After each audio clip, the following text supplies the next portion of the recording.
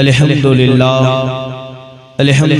नहमदुहु व नस्तईनुहु व नस्तगफिरुहु व नुमिनु बिही व नतवक्कलु अलैहि व नऊज़ु बिल्लाहि मिन शुरूरि अनफुसिना व मिन सय्यिआति अमालिना मन यहदिल्लाहु फला मुदिल्ल लहु व मन युद्लिलहु फला हादिय लहु व नशहदु अन ला इलाहा इल्लल्लाहु वहदहु ला शरीका लहु व नशहदु अन्ना मुहम्मदन अब्दुहु व रसूलुहु अम्मा बाद फ़अऊज़ु बिल्लाहि मिनश शैतानिर रजीम बिस्मिल्लाहिर रहमानिर रहीम क़द जाअकुम मिनल्लाहि नूरुन व किताबुम मुबीन सदक़ल्लाहु मौलानल अज़ीम व सदक़ रसूलुहुन नबियुल करीम व नहनु अला ज़ालिका लमिनश शाहिदीन व शाकिरीन वल्हम्दुलिल्लाहि रब्बिल आलमीन।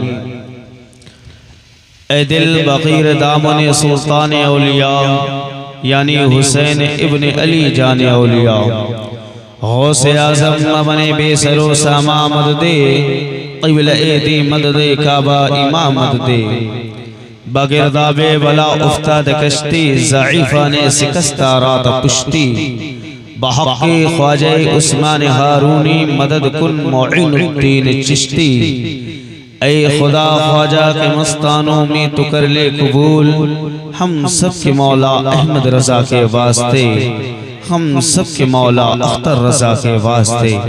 मकी वाले मका वाले जमी वाले जमा वाले चुनी वाले चुना वाले अब्दुल्ला के लगते जिगरो आमना के लाडले फातिमा जहरा के बाबा जान हसनो हुसैन के नाना जान हम गरीबों के आका हम यतीमों के सहारा उंगलियों के इशारे से चांद के दो टुकड़े करने वाले उंगलियों के इशारे से डूबे हुए सूरज को वापस लाने वाले हम गरीबों के आका हम यतीमों के सहारा गुंबदे खजरा में आराम फरमाने वाले आका की बारगाह में आओ हम सब मिलकर उनकी बारगाह में गुलामी का सबूत पेश करें और दुरूद पाक का नजराना पेश करे। पढ़े बाबा बुलंद अल्लाहुम्मा सल्ली अला सय्यदना मौलाना मुहम्मद व बारिक व सल्लिम सलातन व सलामन अलैका या रसूलल्लाह सल्लल्लाहु तआला अलैहि वसल्लम। अज़ीज़ान इकराम, बिरादरान मिल्लत इस्लामिया, ये दुरूद पाक पढ़ने से हमें क्या फ़ायदा मिलता है? आक़ा करीम इरशाद फरमाते हैं कि जो मेरा उम्मती मुझ पे सबसे ज़्यादा दुरूद पढ़ेगा कल बरोज़े महशर के दिन वो सबसे ज़्यादा मेरे नज़दीक होगा, वो सबसे ज़्यादा मेरे करीब होगा। तो हमने मिलाद मुस्तफ़ा को सजाया, कारी शहबाज रजा फतेहपुरी साहब को भी बुलाया, कारी अरशद रजा कलकत्तवी को भी बुलाया और मुझ नाचीज़ को भी बुलाया। किस लिए बुलाया है? कि कल जब बरोज़े महशर का दिन होगा। किस लिए बुलाया है? कल जब बरोज़े महशर का दिन होगा तो हम आका के मिलाद मनाने वाले हैं, आका की महफिल को सजाने वाले हैं। तो आका सल्लल्लाहु तआला अलैहि वसल्लम के हम उतने नजदीक हैं। तो दुरूद पाक पढ़ने की बड़ी फजीलतें हैं। महफिल मिलाद मुस्तफ़ा में आ जाना, अपनी ज़बान को खोलना, सुभान अल्लाह अल्हम्दुलिल्लाह कहने से हमें सवाब मिलता है। हम यहाँ आकर बैठ जाएं और खामोश रहें तो उससे हमें क्या फायदा मिलेगा? आने का सवाब मिल जाएगा, बैठने का सवाब मिल जाएगा, लेकिन साथ ही साथ अगर हमने अपनी ज़बान को खोल कर रखा और जिक्र इलाही में अपनी ज़बान को पढ़ते रहे तो प्यारो याद रखो कल जब बरोज़े महशर का दिन होगा हमने सारी रात यूं ही गुजारी है। जब रब्बे कायनात पूछेगा, ए बंदे बता तो सही, मैंने तुझे जिंदगी दिया है, तूने 30 साल की जिंदगी दुनिया में गुजार कर आया, किसी ने 50 साल की जिंदगी को गुजार के आया, किसी ने 60 साल की जिंदगी को गुजार कर आया। ए बंदे बता तो सही, कोई ऐसी रात भी गुजारी है जिसके जरिए मैं तेरी बख्शिशो मग़फ़िरत फरमा दूं? ए बंदे बता तो सही, क्या तूने ऐसी कोई रात गुजारी है जिसके जरिए मैं तुझे जन्नत अता फरमा दूं? तो जो आशिक होगा, जो इसके रसूल में अपनी जान को कुर्बान करने वाला होगा, वो पुकार कर कहेगा, ए मेरे मालिको मौला, ए मेरे रब्बुल आलमीन, हमने सारी जिंदगी तो यूं ही रात गुजारी है, कभी चौराहे पे गुजारा है, कभी किसी गली में गुजारा है, कभी किसी के मकाम पे गुजारा है, कभी किसी के घर में गुजारा है, लेकिन ए मेरे मौला 60 साल की जिंदगी में हमने यूं ही सारी रात तो गुजारी है, हमें नहीं पता है उस 60 साल की जिंदगी में हमें नेकी मिली है कि नहीं, लेकिन ए परवरदिगार आलम, हमने इस 60 साल की जिंदगी में एक ऐसी रात भी गुजारी है जहां पे तेरे हबीब का जिक्र हो रहा था, तेरे महबूब की महफिल को सजाया गया था। ए मेरे मौला, मैं ये नहीं जानता कि मेरे गुनाह क्या है, मैं ये नहीं जानता कि मेरी रात कैसी गुजरी है, लेकिन ए मेरे मौला, जो रात मैंने तेरे हबीब के जिक्र में गुजारी है, एक परवरदिगार आलम, उस महफिल के सदके में मुझ गुनाहगार की बख्शिश हो। सुभान अल्लाह। नारे तकबीर, नारे तकबीर, नारे रिसालत, नारे रिसालत, सरकार की आमद, सरकार की आमद, दिलदार की आमद, मक्की की आमद, नारे हैदरी। आशिक होगा तो क्या कहेगा, यही तो कहेगा, ए मेरे मौला, हमने 60 साल की जिंदगी गुजारी है और उनमें रातें ऐसी तो बहुत आई है, कभी किसी शराब के ठेके पे गुजारी है, कभी जुमे खाने पे गुजारी है, कभी हराम खोरी पे गुजारी है, कभी ऐसे वैसे जगह पे गुजारी है, लेकिन ए मेरे मौला, हमने एक रात ऐसी भी गुजारी है, वो रात हमने रात में सोने में नहीं गुजारी है, तेरे महबूब की महफिल में गुजारी है, तेरे महबूब के जिक्र में गुजारी है। ए मेरे मौला, मैं ये नहीं जानता मेरा गुनाह क्या है, लेकिन उस महबूब के महफिल के सदके में ए मेरे मौला, मुझ गुनाहगार की बख्शिश और मगफिरत फरमा दे। तभी तो शायर कहता है कि दुरूद ऐसा पढ़ो कि ज़बान खुशबू दे, दुरूद ऐसा पढ़ो कि ज़बान खुशबू दे, ज़मीन महकने लगे, आसमान खुशबू दे, ज़मीन महकने लगे, आसमान खुशबू दे। और दुनिया वालों को ये अहमद रजा ने बता दिया है, ये दुनिया वालों को अहमद रजा ने बता दिया है कि नबी पाक के कुल खानदान खुशबू दे। सुभान अल्लाह, सुभान अल्लाह, वाह वाह वाह। अज़ीज़ान इकराम, कि सुबह तैबा में हुई बढ़ता है बाड़ा नूर का, सदका लेने नूर का आया है तारा नूर का, और हाजियों आओ शहंशाह का रोजा देखो, काबा तो देख चुके, काबे का काबा देखो।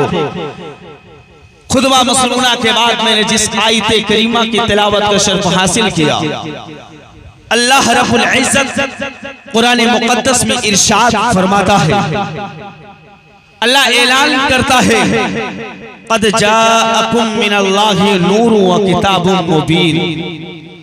अल्लाह ऐलान करता है कि तहकीक की तुम्हारे पास अल्लाह के जानिब से नूर और रोशन किताब नाज़िल।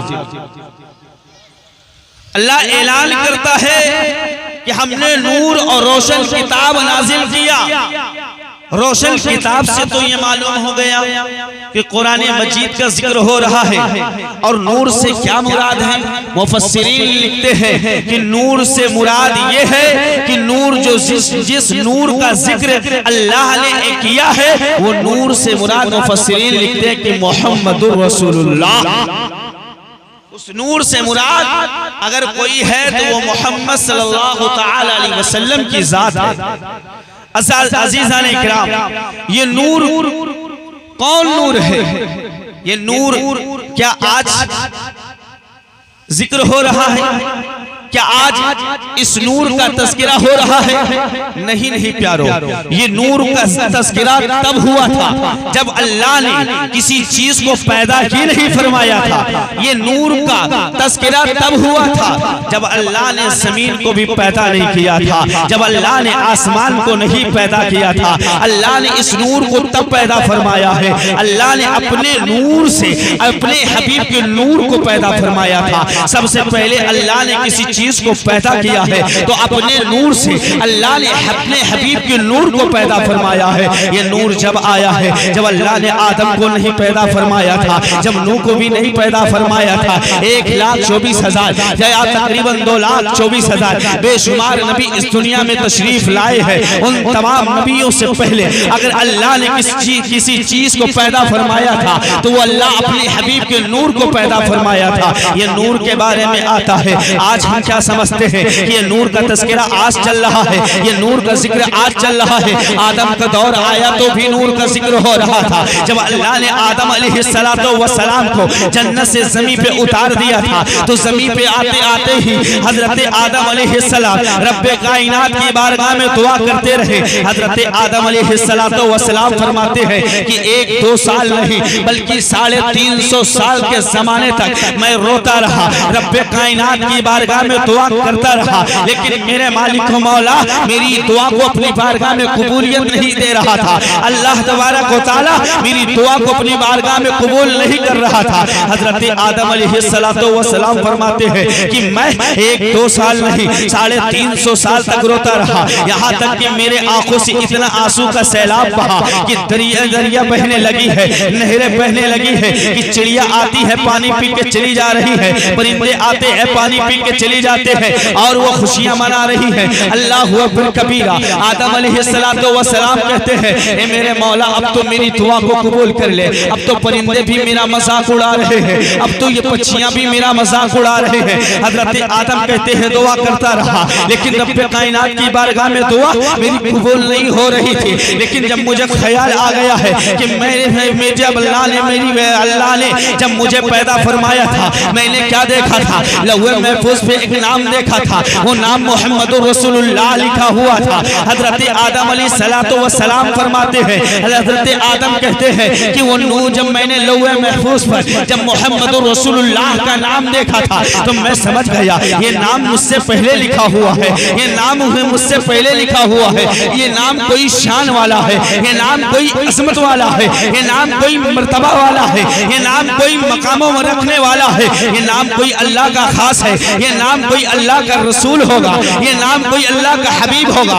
आदम अलैहिस्सलाम कहते हैं कि 350 साल तक मैं अल्लाह की बारगाह में दुआ करता रहा लेकिन मेरा मौला दुआ को मेरी कबूलियत नहीं दे रहा था। लेकिन जब मैं उस लौहे महफूज पर मोहम्मदुर रसूलुल्लाह का नाम लिखा हुआ देखा तो मैंने अपनी दुआ में ये कहा ए मेरे मौला जो लौहे महफूज पे मोहम्मद नाम लिखा था, ए मेरे मौला उस मोहम्मद के सदके में मेरी दुआ को अपनी बारगाह में कबूल।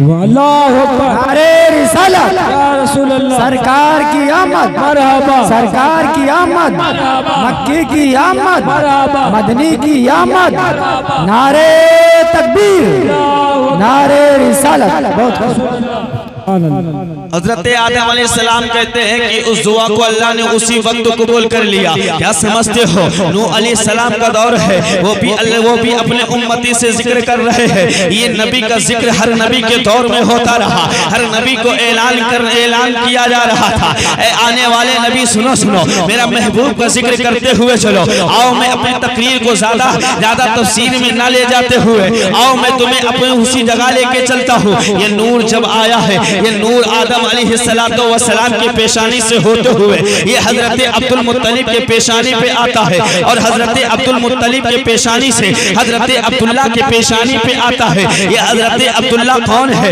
हमारे और आपके नबी हजरत मोहम्मद मुस्तफ़ा सल्लल्लाहु अलैहि वसल्लम के वालिद मोहतरम का नाम हजरत अब्दुल्ला है। हजरत अब्दुल्ला फरमाते हैं जब मेरी जवानी का वक्त आ गया है, जब मेरा निकाह का वक्त आ गया है, जब मेरी शादी का वक्त आ गया है, हजरत अब्दुल्ला फरमाते हैं कि मैं जब जवान हो गया, जब मैं अल्लाह ने मुझे जवानी अता फरमाया तो मैं मक्के की गली से जब गुजरा करता था, जब मैं मक्के की गली से जाया करता था, रास्ते में एक औरत मिला करती थी जो अपने घर के डेरी पे मेरा इंतजार किया करती थी। हजरत अब्दुल्ला फरमाते हैं जब मैं उस गली से गुजरा करता था वो औरत मुझसे कहा करती थी ए अब्दुल्ला क्या तुम मुझसे निकाह करना चाहता है, ए अब्दुल्ला बता तो सही मैं तुझसे शादी करना चाहती हूँ। हजरत अब्दुल्ला फरमाते हैं, हजरत अब्दुल्ला कहते हैं, ए औरत मैं तुझसे निकाह नहीं कर सकता हूँ, ए औरत मैं तुझसे शादी नहीं कर सकता हूँ। हजरत अब्दुल्ला का इतना कहना था। औरत कहती है, वो ईसाई औरत कहती है, ए अब्दुल्ला तुम मुझसे निकाह क्यों नहीं कर सकते हो,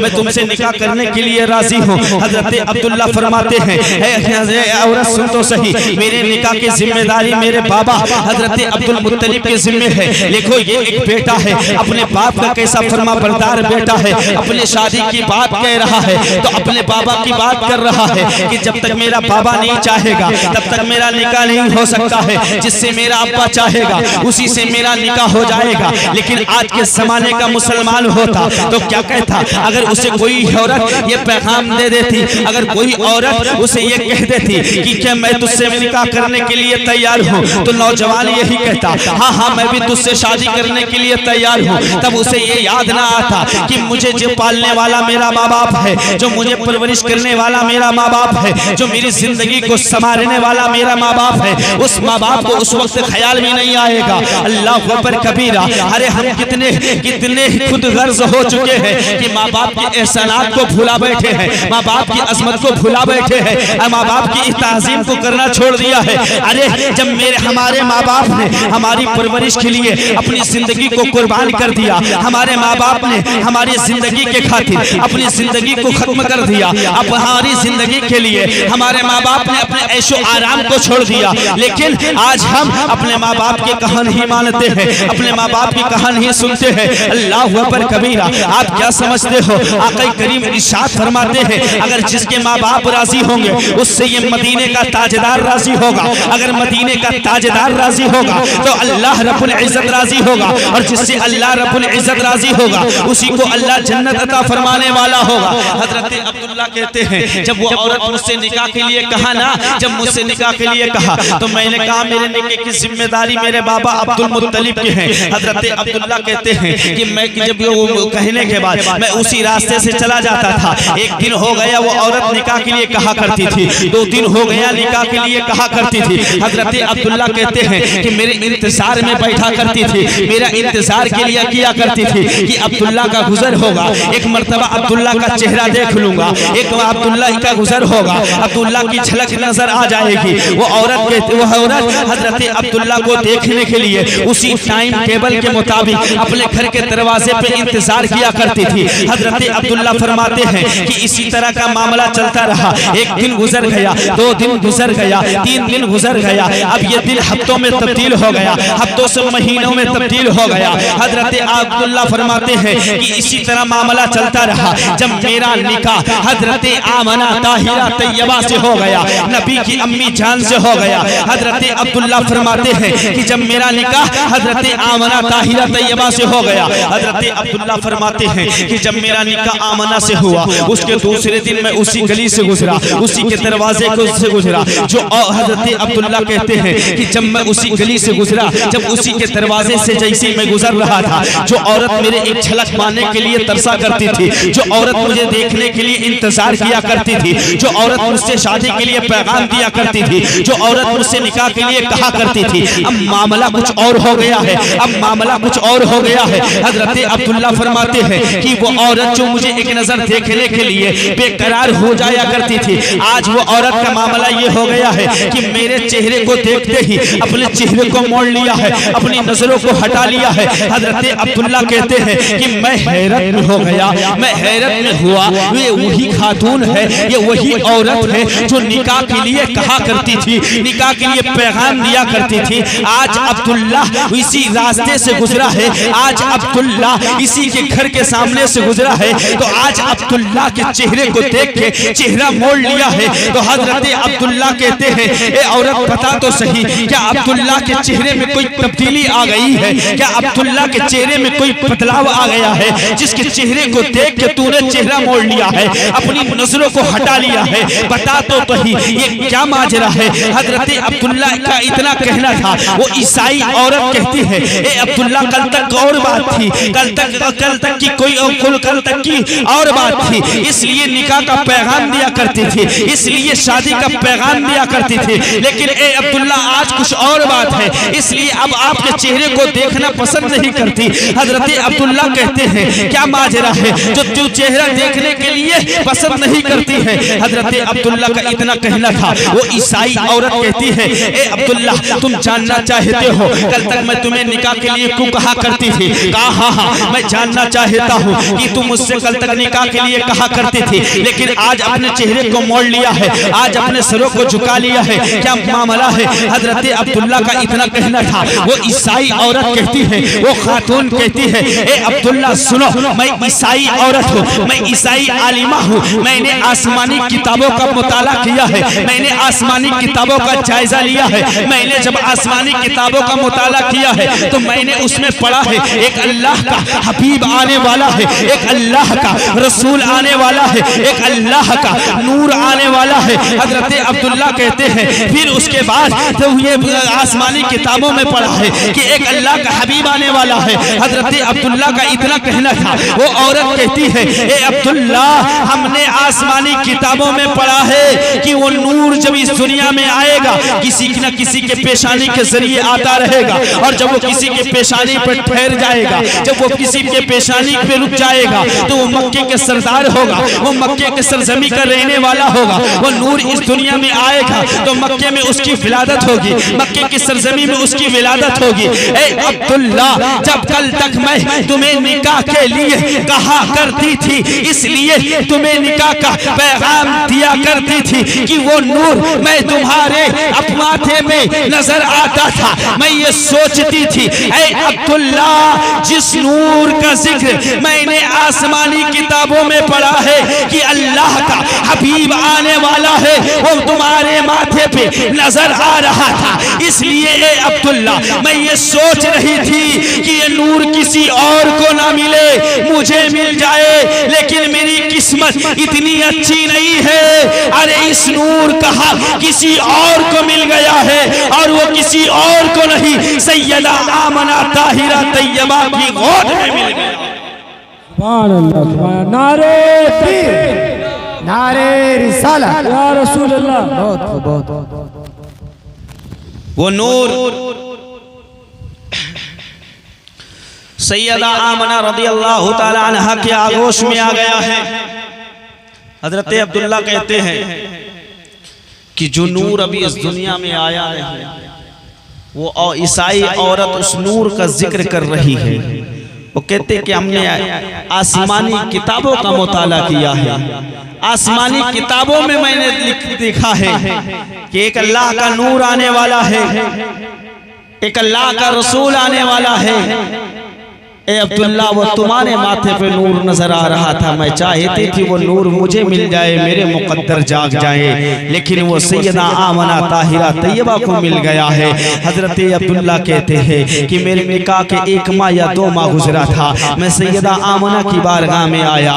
आने के बाद मैंने कहा, ए सैयदा आमना मैं तिजारत के लिए जाना चाहता हूँ, मैं सफर करना चाहता हूँ। सैयदा आमना फरमाती, ए अब्दुल्ला ए मेरे सरताज अभी शादी के कुछ ही गुजरे हैं, अभी कुछ ही दिन गुजरे हैं। ए अब्दुल्ला मैंने आपको सही से देखा नहीं, ए अब्दुल्ला हमने आपको सही से जाना नहीं। हजरत अब्दुल्ला कहते हैं, ए आमना अब हमें तिजारत के लिए इसलिए जाना है कि अब हम अकेले नहीं हैं, अब हम 3 होने वाले हैं, उसके लिए हमें जाना होगा। जैसे आज के दौर में लोग शादी के बाद भी कमाने के लिए चले जाते हैं, कोई इंडिया में रह के कमाता है, कोई इंडिया के बाहर रह के जाके कमाता है। सैयदा आमना कहते हैं, अब्दुल्ला तुम जिद करते हो जाने के लिए। हजरत अब्दुल्ला कहते हैं, ए आमना हम ये दिन जाएंगे और बहुत जल्द तिजारत से वापस आ जाएंगे। पहले का दौर कोई टेलीविजन नहीं था, पहले के दौर में कोई आईफोन नहीं था जिसके जरिए पता लगा लिया जाएगा कि कब आने वाले हो, क्या करने वाले हो, क्या कर रहे हो। हजरत अब्दुल्ला फरमाते हैं कि जब मेरी बीवी से मैं इजाजत मांग रहा था, सैयदा आमना ने कहा है, ए अब्दुल्ला जाओ अपने बाबा से अब इजाजत मांग लो, अब्दुल मुत्तलिब की बारगाह में चले जाओ। इधर हजरत अब्दुल्ला आते हैं, अपने बाबा की बारगाह में आ जाते हैं, बाबा ने इजाजत दे दिया है। अब ये मक्के से तिजारत निकल चुका है, ये मक्के से तिजारत चला जाता है। सैयदा आमना हजरत अब्दुल्ला की याद सता रही है। सैयदा आमना फरमाती हैं कि अब्दुल्ला की याद इतना सता रही थी कि यादों में एक एक दिन गुजर रहा था, एक एक माह गुजर रहा था। सैयदा आमना फरमाती हैं 1 माह हो गया, गया, 2 माह हो गया, 3 माह हो गया, 4 माह हो गया, 5 माह हो गया। हर महीने कोई न कोई खबर दे रहा था, हर महीने कोई न कोई नबी आ रहा था। कभी आदम आ रहे हैं, ए आमना मुबारक हो, कभी नूह आ रहे हैं, ए आमना मुबारक हो, कभी इब्राहिम आ रहे हैं, ए आमना मुबारक हो। हजरत आमना फरमाती है 5 महीने हो गए थे, हर महीने कोई न कोई नबी आके मुबारकबाद दे रहा है, लेकिन बात समझ में नहीं आ रही है कि मुबारकबाद किस लिए हो रहा है, आने वाले बच्चा कौन है। सब ये जान रहे हैं हो सकता है आने वाला बच्चा शान वाला है, आने वाला बच्चा अजमत वाला है, आने वाला बच्चा मर्तबा वाला है, आने वाला बच्चा मकाम और मर्तबा रखने वाला है, लेकिन ये कोई नहीं जानता था आने वाला नबी, आने वाला बच्चा नबियों का इमाम है, आने वाला नबी अल्लाह का हबीब है, ये कोई नहीं जानता है। हजरत आमना फरमाती है 5 माह गुजरे हैं, हजरत अब्दुल मुत्तलिब खाने काबे के अंदर मौजूद है, अंदर मौजूद है, खाने काबे के अंदर हजरत अब्दुल मुत्तलिब मौजूद है। ये अब्दुल मुत्तलिब कौन है? हमारे नबी के दादा जान का नाम हजरत अब्दुल मुत्तलिब है। अल्लाह अकबर कबीरा। हजरत अब्दुल मुत्तलिब कहते हैं मैं खाने काबे के अंदर मौजूद था, मैंने क्या देखा, बाहर से बड़ी आवाजें आ रही थी, कोई आवाज दे रहा था, ये अब्दुल मुत्तलिब बाहर तशरीफ लाए। हजरत अब्दुल मुत्तलिब कहते कि मैं खाने काबे के बाहर आया, जब मैं खाने काबे के बाहर आया तो कुछ लोग खड़े हुए थे। कहा अब्दुल मुत्तलिब बताओ तो सही तुम खाने काबे के मुतवल्ली हो? अब्दुल मुत्तलिब कहते हाँ हाँ हम खाने काबे के मुतवल्ली हैं। कहा ये बताओ तुम खानदान कुरैश के सरदार हो? कहा हाँ हाँ हम खानदान कुरैश के सरदार हैं। हजरत अब्दुल मुत्तलिब कहते हैं जब इतनी बातें इधर चल रही थी, हजरत आमना फरमाती है कि 5 माह गुजरे थे, हर नबी कोई न कोई नबी आके खबर दे रहा था। जैसे जैसे वो दिन गुजरा है, हजरत आमना फरमाती है कि एक दिन वो भी दिन आ गया, एक वो दिन आ गया कि हजरत अब्दुल्ला का आने की वापसी का वक्त आ गया है, अब्दुल्ला की आमद का वक्त आ गया है, अब ये तिजारत वापस आने वाला है। सैयदा आमना अपने बाबा हजरत अब्दुल मुत्तलिब से कहती है ए बाबा जाओ तो सही, पता तो करो, हरम की सरजमी पे चले जाओ, पता तो करो ये अब्दुल्ला आए कि नहीं आए हैं। कब किसी बीवी को ये मालूम हो जाए, जब किसी शरीके हयात को ये मालूम हो जाए कि कुछ माह के बाद, कुछ अरसे के बाद मेरा शोहर आने वाला है, तो घर में तरह तरह के खाने बनाती है, तरह तरह की चीजें बनाती है। इसलिए बनाती है न जाने मेरा शोहर क्या पसंद करने वाला है, न जाने मेरा सरताज क्या पसंद करने वाला है। इधर हजरत आमना खाना बनाना शुरू कर दी है, रोटी की रोटी हजरत आमना ने एक तसले में आटे को गूंदना शुरू ही किया था। काफी देर हो रही थी, लेकिन अब्दुल्ला की कोई खबर नहीं है कि अभी देर गुजर रहा था। हजरत आमना फरमाती है कि मैं तसले में आटे को गूंद ही रही थी, अपने बाबा हजरत अब्दुल मुत्तलिब से कहा ए बाबा हरम की सरजमी में जाओ तो सही, पता करो तो सही, ए अभी तक अब्दुल्ला आए क्यों नहीं? हजरत अब्दुल मुत्तलिब कहते हैं हाँ बेटी हम जाके पता करते हैं। हरम की तरफ आते हैं, खाने काबे की जानिब आते हैं, आने के बाद क्या देखते हैं अभी तिजारत वापस आया नहीं है। जो काफिला काफी माह पहले गुजरा हुआ था वो काफिला अभी तक आया नहीं है। हजरत अब्दुल मुत्तलिब कहते हैं कि मैं उसी जगह इंतजार करने लगा, खाने काबे के अंदर में चला गया, इंतजार में था कि अब्दुल्ला तिजारत से आ रहे होंगे, अब्दुल्ला की सवारी आ रही होगी, जो काफिला गया था मक्के से वो काफिला आने वाला होगा। इधर आमना रोटी को गूंद रही है, आटे को गूंद रही है,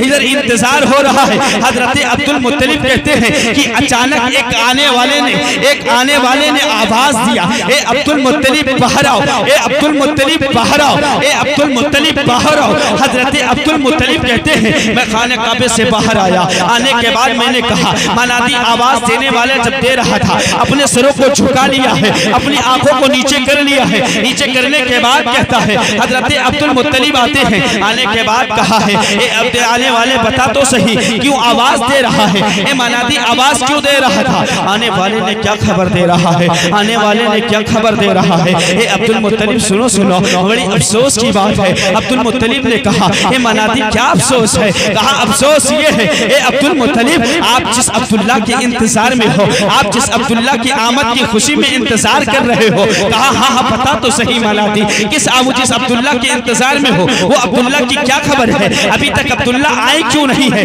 हजरत अब्दुल मुत्तलिब फरमाते हैं ए अब इतना कहना था, आने वाले मनादी ने कहा था ए अब्दुल मुत्तलिब जिस अब्दुल्ला की तुम इंतजार कर रहे हो, जिस अब्दुल्ला की तुम इंतजार कर रहे हो वो अब्दुल्ला अब वापस आने वाले नहीं है, अब वो अब्दुल्ला नहीं आएंगे। कहा क्यों नहीं आएंगे? कहा इसलिए नहीं आएंगे अब्दुल मुत्तलिब, आपके बेटे अब्दुल्ला का इंतकाल हो गया है, आपके बेटे अब्दुल्ला इस दुनिया फानी को छोड़ दिए हैं। अब बताओ ऐ मदनपुर के मुसलमानों, अगर किसी बाप को ये खबर दे दिया जाए कि तुम्हारे जवान बेटा इस दुनिया फानी को अलविदा कह दिया हो, किसी बाप को ये खबर कह दिया जाए कि तुम्हारा बेटा इस दुनिया से चला गया हो, तो आप सोचो, अपने दिल पे हाथ रख के सोचना कि उस वक्त मेरा क्या अंदेशा होगा, हमारी क्या कैफियत होगी, हमारा क्या माहौल होगा। हजरत अब्दुल मुत्तलिब कहते हैं जब मुझे ये खबर मिली कि मेरे बेटे अब्दुल्ला का इंतकाल हो गया है तो मेरे पैरों तले जमीन खिसक गई, इसलिए कि मेरे 10 बेटे थे और उसमें सबसे ज्यादा कोई अजीज था, अगर उसमें कोई सबसे ज्यादा प्यारा था तो वो अब्दुल्ला थे, जिससे मैं बेहद मोहब्बत किया करता था। हजरत अब्दुल मुत्तलिब कहते हैं कि मैंने सीने पे हाथ रख लिया और अपने सीने को अपने सीने को पकड़ लिया, पैरों तले जमीन खिसक गई कि मेरा बेटा अब्दुल्ला का इंतकाल हो गया है, मेरा बेटा अब्दुल्ला इस दुनिया फानी को अलविदा कह दिया है। हजरत अब्दुल मुत्तलिब कहते हैं कि मैंने अपने आप को संभाला, लेकिन मैं ये सोच रहा था कि मैंने इस खबर को तो सुन लिया है, लेकिन सैयदा आमना को ये खबर कौन सुनाएगा, जिसके इंतजार में सुबह से उठी है, खाना पे खाना बना रही है, इंतजार अब्दुल्ला कर रही है, अब्दुल्ला के इंतजार में है। हजरत अब्दुल मुत्तलिब कहते हैं कि मैं ये सोच ही रही थी, हजरत अब्दुल मुत्तलिब कहते हैं मैं ये सोच ही रहा था कि ये आमना को खबर कौन देगा। अल्लाहु अकबर कबीरा से हजरत अब्दुल मुत्तलिब कहते हैं कि मैं अपने कदम को घर के जानिब जब बढ़ाया, कदम लड़खड़ा रहा है, कदम रुक रुक के चल रहा है, सैयदा आमना के इंतजार में है, इंतजार कर रही है। अल्लाहु अकबर कबीरा। हजरत अब्दुल मुत्तलिब फरमाते हैं कि मैंने अपने कदम को बढ़ाया है, बढ़ाते हुए जब अपने घर के जानिब चल रहा था, कदम रुक रुक के चल रहा है, कदम ठहर ठहर के चल रहा है। मैं ये सोच रहा था सैयदा आमना को खबर कैसे दूंगा, सैयदा आमना को कैसे कहूंगा, जिस शोहर के इंतजार में तू है, जिस शोहर के इंतजार में तू बैठी है, अब वो शोहर आने वाला नहीं है, वो शोहर का इंतकाल हो गया है। हजरत अब्दुल मुत्तलिब कहते कि मैं घर पे कदम कर जब मैंने बढ़ाया ना तो मैं जैसे ही घर के दरवाजे पे पहुंचना ही था कि मेरे चलने की आहट सैयदा आमना के कानों में पहुंची है। सैयदा आमना समझ जाती है क्योंकि इंतजार सुबह से हो रहा था अब्दुल्ला की आमद का, क्योंकि इंतजार सुबह से हो रहा था अब्दुल शोहर के आने का। हजरत सैयदा आमना के कानों में जब हजरत अब्दुल मुत्तलिब के चलने की आहट सुनाई थी ना,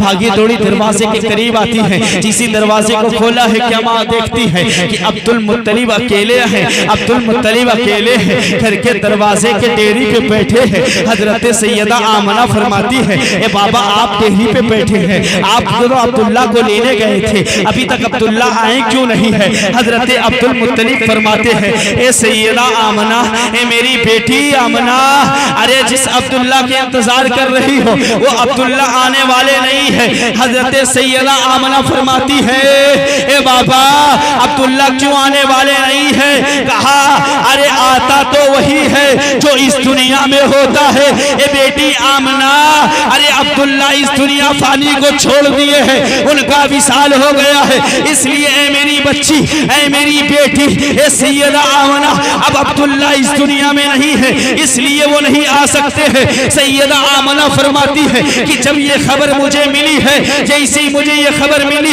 अब्दुल्ला इस दुनिया फानी को छोड़ दिए हैं, सैयदा आमना उसी दरवाजे के डेरी पे बैठ जाती है और अपने स्पेसिकम पे हाथ को रखती है, आसमान की जानिब आंखों को उठाती है, ज़बाने मुबारक से ये आवाज निकलती है ए मेरे मौला, मेरा बच्चा अभी इस दुनिया में आया नहीं है, उससे पहले ए मेरे मौला इस बच्चे के सर से बाप का साया तूने हटा दिया है, अभी बच्चा इस दुनिया में आया नहीं है, और उससे पहले ही ए मेरे मौला इस बच्चे को यतीम बना दिया है।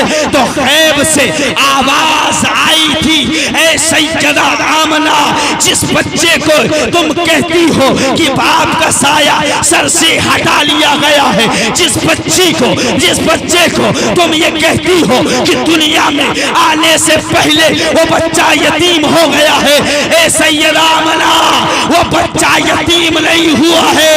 अरे हमने तो उस बच्चे को वो मकाम देना है, वो मर्तबा देना है, वो अजमत देना है, वो शान देना है जिस बच्चे को तुम यतीम कह रही हो।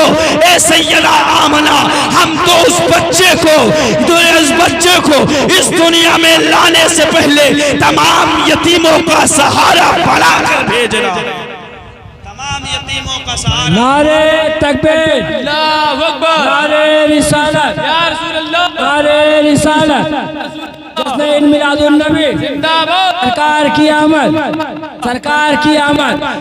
नारे तकबीर, नारे रिसालत, या रसूल अल्लाह, सुभान अल्लाह, सुभान अल्लाह। गैब से आवाज आई, ए सैयदा आमना, जिस बच्चे को तुम यतीम कह रही हो, हमने तो उस बच्चे को यतीमों का सहारा बनाकर भेजना है, गरीबों का हमसाया बनाकर भेजना है। सैयदा आमना कहते एक वो दिन था जब 1 महीना 2 महीना 5 महीना गुजरा, इधर हजरत अब्दुल मुत्तलिब खाने काबे में मौजूद। आवाज बाहर से आई, अब्दुल मुत्तलिब बाहर आओ। हजरत अब्दुल मुत्तलिब बाहर आए, कहा किस लिए आवाज दे रहे हो, किस लिए आवाज दे रहे हो?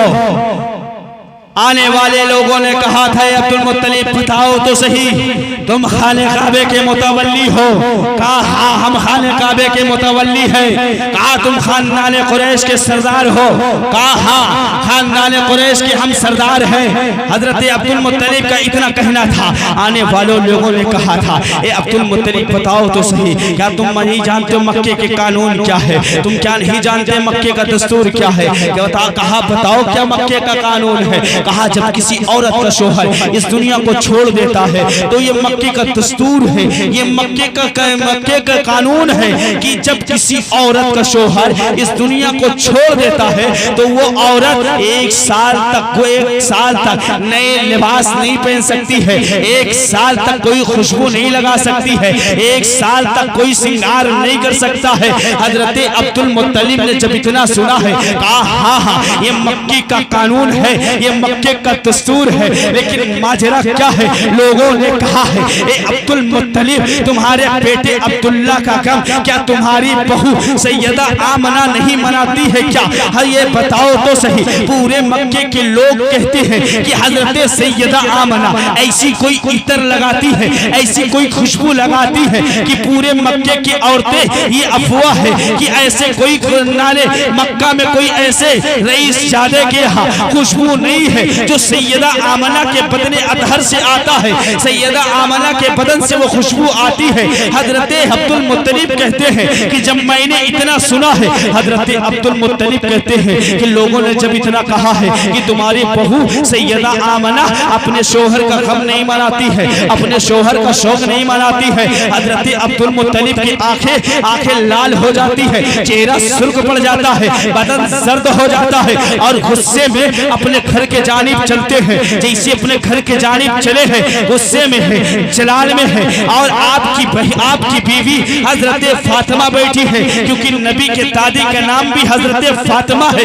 आप बैठी है, अपने शोहर हजरत अब्दुल मुत्तलिब को आते हुए देखा है, चेहरा सुर्ख है, आंखें लाल है, बदन सर्द है, आंखें नीचे झुकी हुई है, सर को झुका के हजरत फातिमा फरमाती है ये अब्दुल मुत्तलिब बताओ तो सही, ये मेरे शोहर ये चेहरा सुर्ख क्यों है, ये बदन जर्द क्यों है, ये खाप चेहरे को झुका हुआ क्यों है? हजरत अब्दुल मुत्तलिब कहते हैं ए फातिमा बताओ तो सही, क्या बेटी आमना को मेरे बेटे का गम नहीं मनाती है? क्या उसे शौक नहीं मनाती है? हजरत फातिमा फरमाती है कि ऐसी कौन सी बात है जो आप ऐसी बातें कर रहे हैं? हजरत अब्दुल मुत्तलिब कहते हैं मैं नहीं कहता हूँ, मक्के के तमाम लोग कह रहे हैं, मक्के की तमाम औरतों में ये बातें बड़ी हुई है, हजरत आमना के बारे में बातें कर रहे हैं। हजरत अब्दुल मुत्तलिब कहते हैं जब इतना कहना था वो कोई खुशबू ऐसी लगाती है कि मक्के के बड़े बड़े सरदार के यहाँ ऐसी खुशबू नहीं है, सैयदा आमना जो खुशबू लगाती है। हजरत फातिमा कहती है ए अब्दुल मुत्तलिब एक दिन मैं भी यही सोची थी कि ये सैयदा आमना ऐसी कौन सी खुशबू लगाती है, यही मैं जानने के लिए, यही मैं समझने के लिए सैयदा आमना की बारगाह में गई। और जब मैं सैयदा आमना की बारगाह में गई मैं मैं सिर्फ इतना जुमला कहा था, ए मेरी बेटी सैयदा आमना, मैं पूछना चाहती थी, ए आमना ये खुशबू कैसी लगा रही हो? सैयदा आमना लफ्ज इस्तेमाल किया था। हजरत फातिमा फरमाती है कि मैंने क्या देखा है, सैयदा आमना के पेशानी से एक ऐसा नूर निकला है, मेरे पेशानी पे टकरा जाता है। ए अब्दुल मुत्तलिब, वो नूर पेशानी से निकलना था, मेरे पेशानी पे रुकना था कि मैं बेहोश हो जाती हूँ। ए अब्दुल मुत्तलिब, उस तारीख से लेके मैंने आज तक मेरे अंदर इतनी हिम्मत नहीं हुई है कि मैं सैयदा आमना से पूछ सकूं और सैयदा आमना से कह सकूं, ए आमना तुम कौन सी खुशबू लगाती हो? हजरत अब्दुल मुत्तलिब कहते हैं चलो साथ में चलते हैं, साथ में चल के पूछते हैं। ए मदनपुरा के मुसलमानों सुनो, अब ये अब्दुल मुत्तलिब चले हैं और हजरत फातिमा चली है और ये नबी के दादा दादी अब नबी की अम्मी की बारगाह में चले हैं। नबी की अम्मी चूल्हे में बैठी है, जैसी अपने ससुर को आते हुए देखा है, अब जैसी अपने सास को आते हुए देखा है, सैयदा आमना उठ के खड़ी हो जाती है, अपनी नजरों को नीचे कर लेती है और एक साइड में खड़ी हो जाती है। हजरत अब्दुल मुत्तलिब कहते हैं, ए फातिमा बेटी आमना से पूछो, क्या उसे मेरे बेटे अब्दुल्ला का गम नहीं है? क्या मेरे बेटे का शौक नहीं मनाती है? हजरत अब्दुल मुत्तलिब का इतना कहना था, सैयदा आमना के आंखें अश्कबार हो जाती है, आप रोने लग जाती है। ऐसा लग रहा था कि दुनिया की आज ही सारी चोट सैयदा आमना के दिल में पड़ी हो। सैयदा आमना की चीखें निकल जाती है। कहा बाबा ये कैसी बातें कर रहे हो? आप कह रहे हो अब्दुल्ला की याद नहीं आती है, अब्दुल्ला का गम नहीं मनाती हूँ। ए मेरे बाबा, जब से अब्दुल्ला इस दुनिया फानी को छोड़कर गए हैं, अरे सैयदा आमना ने अपनी जिंदगी को जीना छोड़ दिया है, अपनी जिंदगी को जीना छोड़ दिया है। उस दिन से आज तक मैं अब्दुल्ला की याद में जिंदगी को गुजार रही हूँ। सैयदा आमना का इतना कहना था। हजरत अब्दुल मुत्तलिब फरमाते हैं, अगर तुझे मेरे बेटे का गम है, अगर तुझे मेरे बेटे के जाने का गम है, तो ऐसी तू खुशबू कौन सी लगाती है, ऐसी तू इतर कौन सी लगाती है कि पूरे मक्के की औरतें ये अफवाह है, ये कह रही है, ये कह बातें कर रही है कि अब्दुल मुत्तलिब की जो बहू है वो इतर लगाती है, वो खुशबू लगाती है, वो श्रृंगार करती है। जो मक्के के बड़े बड़े रईस के यहाँ, बड़े बड़े सरदार के यहाँ ऐसी खुशबू नहीं पाई जा रही है। सैयदा आमना फरमाती है, अब्दुल मुत्तलिब, ए बाबा, जब से आपके बेटे अब्दुल्ला की अमानत मेरे सिकम में आया है, तब से मेरे बदन से खुशबू ही खुशबू निकल रहा है, खुशबू ही खुशबू निकल रहा है। सैयदा आमना का इतना कहना था। अब्दुल मुत्तलिब कहते हैं, फिर ये पता तो सही ये खुशबू आ कैसे रही है? सैयदा आमना फरमाती है कि कमरे के अंदर जाती है और लाने के बाद एक दुपट्टे को लाती है, लाने के बाद बाबा की बारगाह में हाजिर की है। ए बाबा इसे सूंघो तो सही। हजरत अब्दुल मुत्तलिब कहते हैं, मैंने उस दुपट्टे को नाक में लगाया है, कसम खुदा की ऐसी खुशबू आ रही थी, ऐसा लग रहा था कि दुनिया की सारी खुशबू को आज समेट कर सैयदा आमना की झोली में डाल दी गई हो। ऐसा लग रहा था कि आज जन्नत की तमाम खुशबू को सैयदा आमना की झोली में उठा के डाल दी गई हो। ऐसी खुशबू आ रही थी कि पूरे दुनिया के खित्ते में उस खुशबू की तलाश करो तो वो खुशबू मिलने वाली नहीं है। ऐसा लग रहा था कि अल्लाह ने तमाम खुशबू को आज अब्दुल मुत्तलिब के आंगन में डाल दिया हो। हज़रत अब्दुल मुत्तलिब कहते हैं कि मैंने उस दुपट्टे को जैसी नाक में लगाया है, खुशबू ऐसी आ रही थी, खुशबू ऐसी आ रही थी कि पूरा घर मुअत्तर खुशबू से है। हज़रत अब्दुल मुत्तलिब कहते हैं, बेटी ये खुशबू दुपट्टे से क्यों आ रहा है? हजरत सैयदा आमना फरमाती है, बाबा, ए बाबा, कल जब कल मेरे चेहरे से पसीना निकल रहा था, इसी दुपट्टे से मैंने अपना पसीना पोंछा था और ये पसीना पोंछना ही था कि ये दुपट्टे से खुशबू कल से लेके अभी तक खुशबू ही खुशबू आ रही है। हजरत फातिमा फरमाती है कि अंदर घर के जाती है, दीवार से चंद मिट्टी के टुकड़े लाती है, लाने के बाद अब्दुल मुत्तलिब के सामने रखती है। ए अब्दुल मुत्तलिब, इस मिट्टी को सूंघो, इस मिट्टी को सूंघ रहे हैं, वही खुशबू दे रही है जो दुपट्टे से आ रहा है, वही खुशबू आ रही है। सैयदा हजरत फातिमा कहती है, ए मेरे शौहर, कल मेरी मेरी बेटी सैयदा आमना दीवार पे हाथ लगाया था, आईने उस दीवार पे जब देखा तो उस दीवार पे जहां हाथ लगा था दीवार की मिट्टी से खुशबू आ रही थी। हजरत सैयदा आमना कहती है बाबा यही तक मैं दूध ना रहा, जब मैं कल लेटी हुई थी अचानक गर्मी महसूस हुई तो मैंने क्या देखा है, मैंने क्या देखा, मेरे पीठ की तरफ पीठ के जानिब पे कोई पंखा कर रहा है, कोई ठंडी हवा दे रहा है। मैंने जब पीछे मुड़ के देखा, ए बाबा जब मैंने पीछे मुड़ के देखा तो मैंने क्या देखा, एक हसीन खूबसूरत औरत है, वो पंखे चला रही है, ठंडी ठंडी हवा दे रही है। मैंने उस औरत से कहा, ए बाबा मैंने उस औरत से कहा, ए आने वाली औरत बता तो सही, ए आने वाली खातून बता तो सही, तू मक्के की औरत तो नहीं लगती है, तू मक्के में मैंने तुझे कभी देखा नहीं है। आने वाली औरत ने कहा था। अब कोई मदनपुर का खामबंदा खामोश नहीं रहेगा क्योंकि ये एक आशिक की जबान है। वो औरत कहती है, ए सैयदा आमना हम तुमने सच कहा है, हम मक्के की सरजमी से नहीं आए हैं। कहा फिर तुम कहां से आई हो? कहा हम जन्नत से आए हैं। कहा किस लिए आई हो? कहा अल्लाह ने भेजा है इसलिए हम आए हैं। सैयदा आमना फरमाती है किस लिए आई हो? कहा मैं तुझे पंखा देने के लिए आई हूँ। कहा किस लिए? कहा रब ने ये ऐलान कर दिया है कि जिस जगह जिस मकाम पे मेरा महबूब हो, जिस जगह अल्लाह का रसूल हो, उसके माथे में पसीना आ जाए, ए सैयदा आमना वो रब्बे कायनात को गवारा की नहीं। नारे तकबीर, नारे रिसालत, मसलके आला हजरत, सरकार की आमद, सरकार की आमद, नारे तकबीर, नारे रिसालत, या रसूल अल्लाह।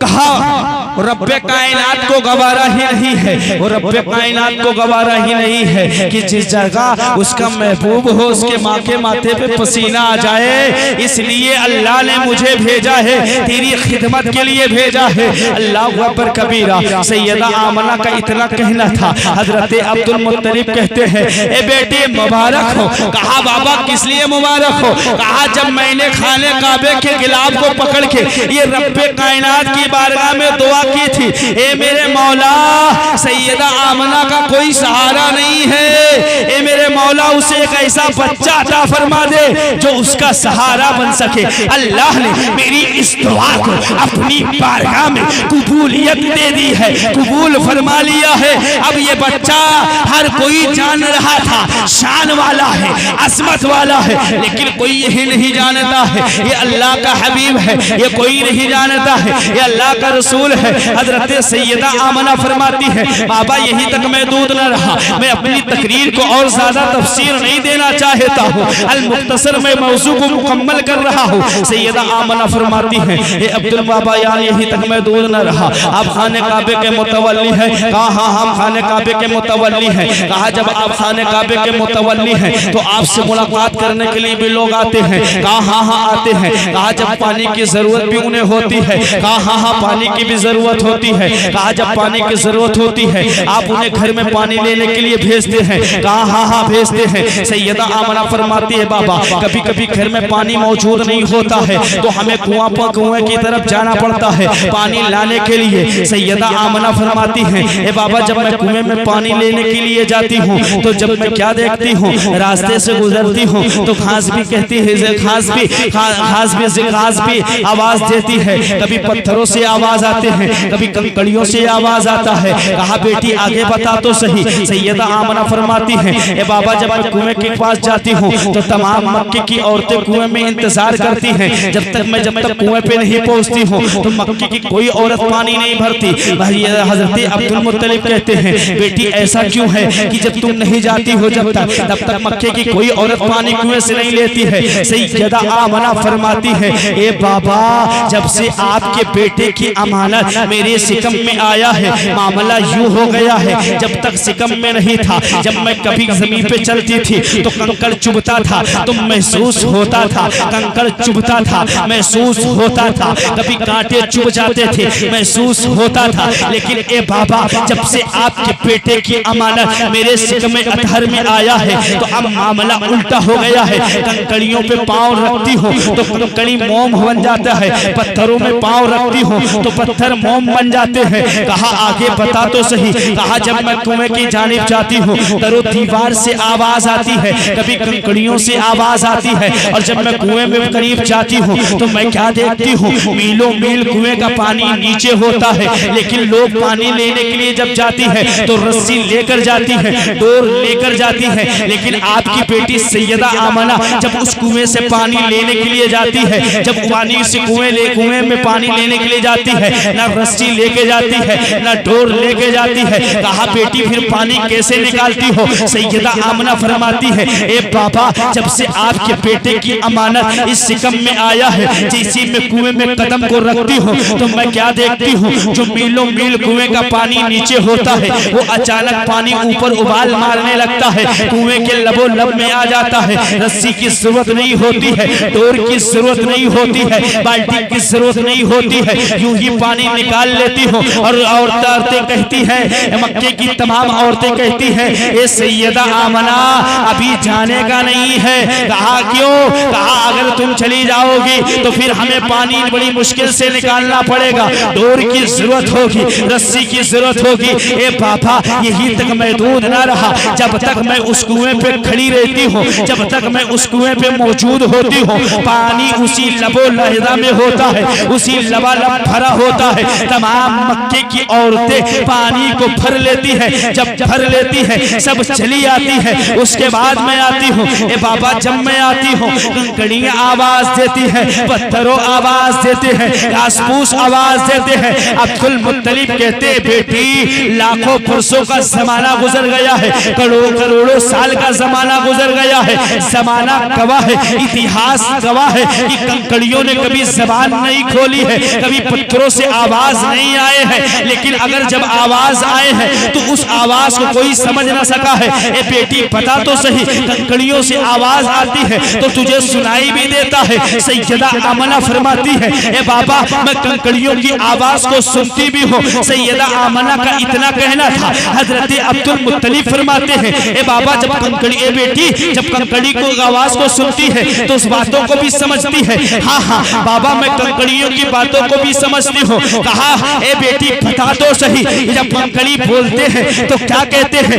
अब मुदनपुर के मुसलमानों, अब ये तेरे मेरे अकीदे की बात है, पूरे मजमे से ये मचल की आवाज आनी चाहिए, क्योंकि हम सुन्नी है, बरेली के मानने वाले हैं, हम मसलके आला हजरत पे कायम व दायम रहने वाला है, हम सुन्नी है, हमारे तेरे अकीदे की बात है। हजरत सैयदा आमना फरमाती है, अब ये कोई बरेली वाले की बात नहीं है जो न मानने को तैयार हो। अब ये बात आ गई है, नबी की अम्मी जान की आ गई है। ये सैयदा आमना फरमाती है, ए बाबा, कंकड़ी जब बोलते हैं तो यही सैयदा आमना सुनती है, क्या बोलती है वो भी सुनती है। सैयदा आमना का इतना कहना था। कहा, बेटी, बता तो सही, जब वो कहती है तो क्या कहती है, जब बोलते हैं तो क्या बोलते हैं? सैयदा आमना फरमाती है, बाबा, कंकड़ी से आवाज आती है, पत्थरों से आवाज आती है, दरो दीवार से आवाज आती है। कहा, आवाज क्या आती है? कहा, बाबा, आवाज ये आती है,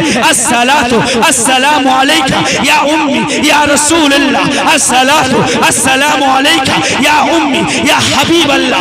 ऐ नबी की माँ, ऐ नबी की माँ, तुम पे भी सलाम हो, आने वाले बच्चे मोहम्मदुर रसूलुल्लाह पे सलाम। नारे तकबीर, अल्लाहु अकबर, नारे रिसालत, या रसूल अल्लाह, जश्न मिलादुन नबी जिंदाबाद। अब तो नहीं कहोगे कि बरेली वाले सलाम पढ़ते हैं, नबी की अम्मी भी सलाम, नबी की अम्मी के जमाने में कंकड़ियों ने सलाम पढ़ा था, उन पे कौन फतवा लगाएगा? कहा सैयदा आमना ने, ए बाबा, कहते हैं सलातो व सलाम अलैका या उम्मी या रसूलल्लाह, ए नबी की अम्मी तुम पर भी सलाम हो, आने वाले बच्चे मोहम्मद रसूलुल्लाह पे भी सलाम हो। बाबा यहीं तक महदूद न रहा, हजरत अब्दुल मुत्तलिब कहते हैं कि जब बेटी इतना बता रही थी, अल मुख्तसर में अपने मौजू को मुकम्मल करते हुए, हुजूर की विलादत को बयां करते हुए मैं अपनी बातों को मुकम्मल कर रहा हूँ। हजरत अब्दुल मुत्तलिब खुश होते जा रहे हैं, खुश होके चले आते हैं, खाने काबे के अंदर मौजूद है, खाने काबे के इर्द गिर्द में है। सैयदा आमना फरमाती है वो दिन भी आ गया जब इसी वो दिन आता है, अब बच्चे की विलादत का वक्त आ गया है, अब बच्चा इस दुनिया में आने वाला है। हजरत सैयदा आमना फरमाती है जब वो दिन करीब आ गया, जब वो वक्त आ गया कि अब मेरा बेटा इस दुनिया में आने वाला है, अब मेरे बेटे की विलादत होने वाली है। सैयदा आमना फरमाती है रात की तारीखी है, घर में तेल नहीं है, घर में चिराग नहीं है, अंधेरा है, कोई दूसरा नहीं है जो मेरी मदद कर सके। सैयदा आमना फरमाती है आज के दिन मुझे सबसे ज्यादा अगर किसी की याद सता रही थी, अगर आज की रात में सबसे ज्यादा किसी की याद सता रही थी तो वो अब्दुल्ला की याद आ रही थी। मैं यही सोच रही थी, मैं यही सोच रही थी अगर काश अब्दुल्ला होते तो मेरे घर में चिराग भी होता, काश अब्दुल्ला होते तो मेरे घर में भी रोशनी होती, काश अब्दुल्ला होते तो खानदान कुरैश की कुछ खवातीन भी होती।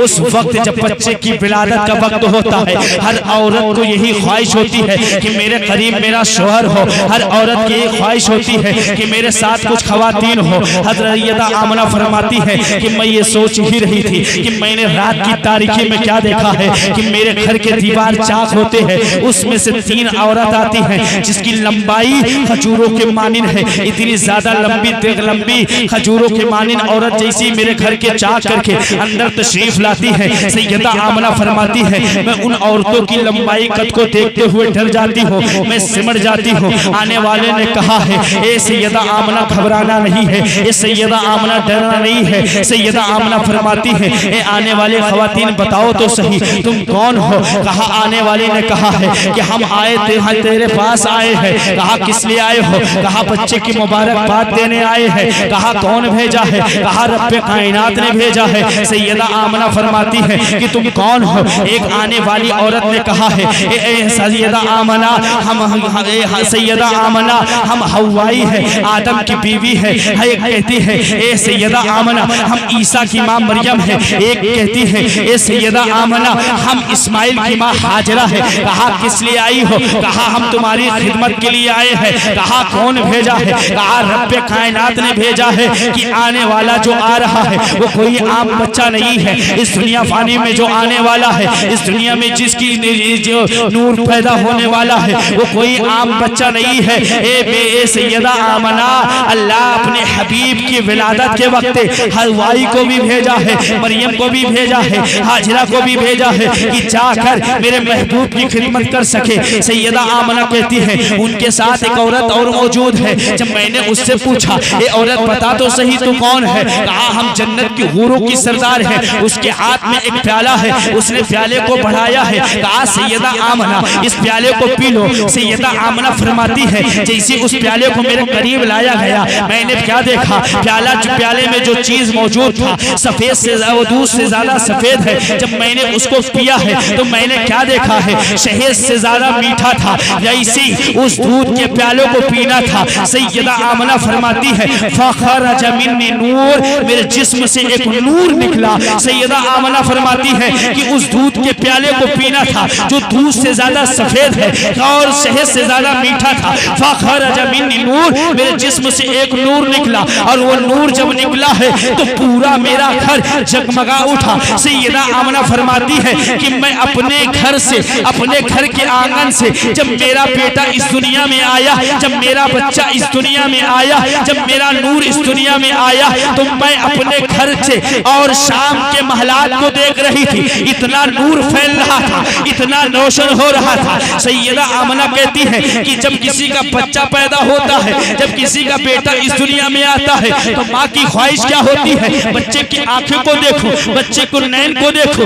बच्चे के माथे को देखो, बच्चे के होठ को देखो, बच्चे के नाक को देखो, बच्चे के कान को देखो, बच्चे के सर को देखो। सैयदा आमना कहती है मेरी भी ख्वाहिश हुई मैं भी देखूं तो सही मेरे बेटे के नैन कैसे हैं, मेरे बेटे के आँख कैसे हैं, मेरे बेटे के कान कान कैसे हैं, मेरे बेटे के बाल कैसे हैं। सैयदा आमना फरमाती है कि जब मैंने अपने बेटे को देखा तो मेरा बेटा अपने सर को झुकाए हुए था, मेरी नजर आंख में पड़ी है तो मैंने क्या देखा है, मेरे बेटा जो इस दुनिया में चंद सेकंड पहले ही आया था, उसके आंखों में काजल लगा हुआ है, उसके माथे पे आंखों में काजल लगा है, सर में तेल लगा हुआ है, कंघी लगा हुआ है। सैयदा आमना फरमाती है जब मेरा बेटा इस दुनिया में आया, सर को सजदे में झुकाए हुए था, उसकी पंखड़ी पे जब मेरी नजर पड़ी, उसके होठ पे जब मेरी नजर पड़ी तो मैंने क्या देखा, मेरे बेटे के पंखड़ी हिल रहे हैं, मेरे बेटे के होठ हिल रहे थे। तभी तो बरेली का ताजदार कहता है पतली पतली गुले कुदसी की पत्तियां, उन लबों की नजाकत पे लाखों सलाम। सैयदा आमना फरमाती है कि मैंने देखा मेरे बेटे के पंखड़ी हिल रहे थे तो मैं ये सोच में पड़ गई कि मेरा बेटा क्यों ये होठ को हिला रहा है। सैयदा आमना फरमाती है कि मैं सोची कि कान को लगाऊं और सुनूं तो सही मेरा बेटा क्या कह रहा है। सैयदा आमना फरमाती है कि जब मैंने अपने बेटे के होठ मुबारक पे जब कान को लगाया तो ए मदनपुर के मुसलमानों सुनो, अभी जो बच्चा इस दुनिया में चंद सेकंड पहले आया है, हमारा और आपका नबी अल्लाह का हबीब आया है। सैयदा आमना फरमाती है जब मैंने कान को अपने बेटे के होठ पे लगाया तो बेटे के पंखड़ी हिल रहे थे, पतली पतली गुले कुदसी की पत्तियां, उन लबों की नजाकत पे लाखों सलाम। सैयदा आमना कहती है कि मेरा बेटा कह रहा था, उसकी पंखड़ी बता रहा था, उसकी पंखड़ी बोल रहा था, कह रहा था और क्या कह रहा था कि रब्बे हबली उम्मती, रब्बे हबली उम्मती, रब्बे हबली उम्मती। ये खबर पूरे मक्के में गूंज रही थी। अब्दुल मुत्तलिब कहते हैं मैं खाने काबे में मौजूद था, मैंने क्या देखा, वो भी क्या देखा। हजरत अब्दुल मुत्तलिब कहते हैं कि मैंने देखा अचानक खाने काबा जमीन बोश हो रहा था, जमीन बोश हो रहा था कि खाने काबा अचानक खड़ा था, ये अचानक गिर क्यों रहा है, जमीन बोश क्यों हो रहा है। सैयद हजरत अब्दुल मुत्तलिब कहते हैं गरीबी की आलम है, माली हालत कमजोर है, ये अचानक ये खाने काबा जमीन बोश हो रहा है। अगर खाने काबा जमीन पे गिर गया तो खाने काबे का ईंट रेजा हो जाएगा, माली हालत कमजोर है, इसके खाने काबे की तामीर फिर दोबारा हो ना सकेगी। सैयद हजरत अब्दुल मुत्तलिब कहते हैं कि मैं ये सोच ही रहा था कि अचानक खाने काबा जमीन बोश क्यों हो रहा है। मैं खाने काबे के अंदर से बाहर आया, एक मनादी औरत आवाज दे रही थी और कह रही थी, ऐलान कर रही थी, ए मक्का के लोगों सुनो, ए मक्का के लोगों सुनो, एक बच्चा ऐसा आया है जिसकी आमद पे पूरा मक्का जगमगा रहा है, जिसकी आमद पे जमीन में खुशियां मनाई जा रही है, जिस बच्चे की आमद से आसमान में खुशियां मनाई जा रही है। वो मनादी औरत आवाज दे रही थी, अब मुबारकबाद दे रही थी। हजरत अब्दुल मुत्तलिब कहते हैं कि जब वो औरत की आवाज को सुनी तो मैंने करीब बुलाया और पूछा, ए औरत ये आवाज कैसी है, ये मुबारकबाद कैसी है। औरत ने कहा था, ए अब्दुल मुत्तलिब तुम पूछते हो कि ये मनादी आवाज क्यों दे रही है, ये क्यों मुबारकबाद दे रही है। कहा हाँ ये मुबारकबाद क्यों दे रही है। कहा इसलिए कि तुम्हारे घर में पोते की विलादत हुई है, उसकी खुशियों में मुबारकबाद दे रही हो। तो अब्दुल मुत्तलिब कहते हैं कि मेरे घर में मेरा पेट पोता इस दुनिया में आया तो मैं मक्के के लोगों की तरफ मुखातिब हुआ और कहा, ए मक्के के लोगों सुनो, ए मक्के के नौजवान तुम भी सुनो, ए मक्के के तमाम सरदार सुनो, ये खाने काबा जमीन बोश नहीं हो रहा है, ये खाने काबा जमीन पे गिर नहीं रहा है, बल्कि मेरे घर में मेरे पोते मोहम्मद की विलादत में ये खाना काबा मुंह के बल आ रहा है, सर सजदे में रख रहा है। तभी तो आला हजरत असीम बरकत इरशाद फरमाते हैं, हाजियों आओ शहंशाह का रोजा देखो, काबा तो देख चुके, काबे का काबा देखो।